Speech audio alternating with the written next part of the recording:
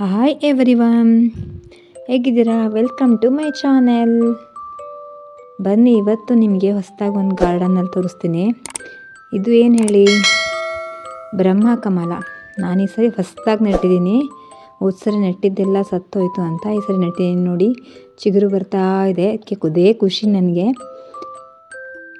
ಹಾಗೆ ಯಾರೇ ಹೊಸಬ್ರು ನನ್ನ ಚಾನಲ್ಲಿಗೆ ನೋಡ್ತಾ ಇದ್ದರೆ ನೀವು ಸಬ್ಸ್ಕ್ರೈಬ್ ಆಗಿ. ನಾನು ವಿವಿಧ ರೀತಿಯಾದಂಥ ಟಿಪ್ಸ್ ಸಹಿತ ಕೊಡ್ತೀನಿ. ಹಾಗೆ ನನ್ನ ಚಾನಲಲ್ಲಿ ಒಂದು ವಿಡಿಯೋನು ಸ್ಕಿಪ್ ಮಾಡಿದೆ ನೋಡಿ, ಆಯಿತಾ? ಟಿಪ್ಸು ಎಲ್ಲದೂ ಹೇಳ್ತೀನಿ ನೋಡಿ. ಎಷ್ಟು ಚೆನ್ನಾಗಿ ಗೌರಿ ಹೂವಾಗಿದೆ. ಗೌರಿ ಹೂವಲ್ಲ, ಗೌರಿ ಗಿಡಗಳಾಗಿದೆ.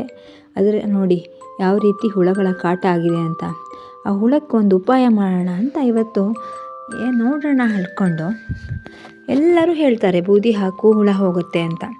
ನೋಡೋಣ ಅಂತ ನಾನು ಬೂದಿ ತೊಗೊಂಡು ಬಂದೆ, ಆಯಿತಾ?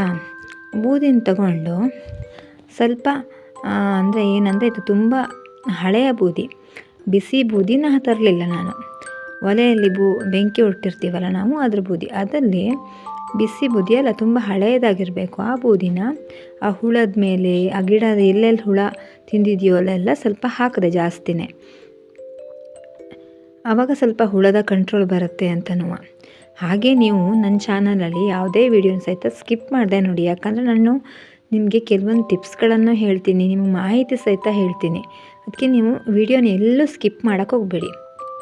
ಸೊ ನೋಡಿ, ನಾನು ಎಲ್ಲೆಲ್ಲಿ ಹುಳ ಬಂದಿದೆಯೋ ಅಲ್ಲೆಲ್ಲ ಸಹಿತ ನಾನು ಬೂದಿನ ಹಾಕ್ತಾಯಿದ್ದೀನಿ. ಹಾಗೆ ಏನು ಗೊತ್ತಾ, ಲಕ್ಷ್ಮಣ ರೇಖೆ ಥರನೇ ಗಿಡ ಸುತ್ತಲೂ ಹಾಕಿದ್ದೀನಿ. ಮಳೆ ಬಂದರೆ ಹೋಗುತ್ತೆ, ಆದರೆ ಅದ್ರದ್ದು ಅಂಶ ಇರುತ್ತಲ್ಲ, ಅದೆಲ್ಲೂ ಹೋಗಲ್ಲ.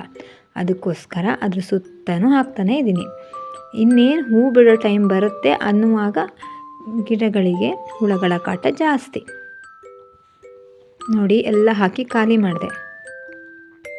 ಅಂದರೆ ಮಳೆ ಬಂದರೆ ದೊಡ್ಡ ಅಂಶ ಹೋಗುತ್ತೆ. ಹಾಗೆ ನಾನು ಕಮಲದ ಗಿಡ ಸಹಿತ ನೆಟ್ಟಿದ್ದೆ. ಅದು ತುಂಬ ಸಣ್ಣಾಗಿ ಹೋಗಿತ್ತು. ಕೊನೆಗೆ ನಾನು ಅದಕ್ಕೆ ಒಂದು ಗೊಬ್ಬರ ಕೊಟ್ಟೆ. ಯಾವ ಗೊಬ್ಬರ ಕೊಟ್ಟೆ ಅಂತ ನಿಮಗೆ ಲಾಸ್ಟಲ್ಲಿ ಹೇಳ್ತೀನಿ ನಾನು. ನೀವು ನನ್ನ ಚಾನಲ್ನಲ್ಲಿ ನೋಡ್ತಾನೆ ಇರಿ, ಹೇಳ್ತೀನಿ. ಸ್ಪೆಷಲ್ ಗೊಬ್ಬರ ಅಂತಲೇ ಹೇಳಬೇಕು. ಅದು ನಿಮಗೆ ಹೇಳಬೇಕಂದ್ರೆ ಲಾಸ್ಟ್ವರೆಗೂ ನೋಡಲೇಬೇಕು. ಹಾಗೆ ನಾನು ಹಲಸಿನ ಮೇಳಕ್ಕೂ ಸಹಿತ ಹೋಗಿದ್ದೆ. ಹಲಸಿನ ಮೇಳಕ್ಕೆ ಹೋದಾಗ ಅಲ್ಲಿ ಕಮಲದ ಬೀಜನ ಇಟ್ಕೊಂಡಿದ್ರು. ಅದು ಫುಲ್ಲು ಗಡ್ಡೆ ಥರ ಇತ್ತು. ಅದಕ್ಕೆ ಏನು ಮಾಡಬೇಕು ಅಂತಲೇ ಗೊತ್ತಾಗಿಲ್ಲ. ಕೊನೆಗೆ ಒಂದು ವಾರ ನಾನು ನೀರಲ್ಲೇ ಇಟ್ಟು ನೆಟ್ಟಿದ್ದೀನಿ. ನೋಡಿ ಈಗ ಎಷ್ಟು ಎಲೆ ಚೆನ್ನಾಗಿ ಚಿಗುರಿದೆ ಅಂತ. ಸೊ ನೋಡಿ, ಇದು ನೋಡಿ, ಇದರಲ್ಲೂ ಸಹಿತ ಸೊಳ್ಳೆಗಳಾಗಿದೆ. ಸೊಳ್ಳೆಗಳ ಕಂಟ್ರೋಲ್ ಬರುತ್ತೇನೋ ಅಂತ ನಾನು ಅಜೋಲ ಹಾಕಿದ್ದೀನಿ. ಡಕ್ ಫೀಡ್ ಅಂತಾರಲ್ಲ, ಆ ಥರ ಅಜೋಲ ಹಾಕಿದ್ದೀನಿ. ಸೊ ನೋಡಬೇಕು, ಇದು ನನ್ನ ಫಸ್ಟ್ ಟ್ರೈ ಕಂಟ್ರೋಲ್ ಬರುತ್ತಾ ಅಂತ. ಹಾಗೆ ನಾನು ಮೊದಲೇ ಒಂದು ವಿಡಿಯೋದಲ್ಲಿ ತೋರಿಸಿದ್ದೀನಿ, ಸೌತೆ ಹಾಕಿದ್ದೀವಿ ನಾವು ಅಂತ.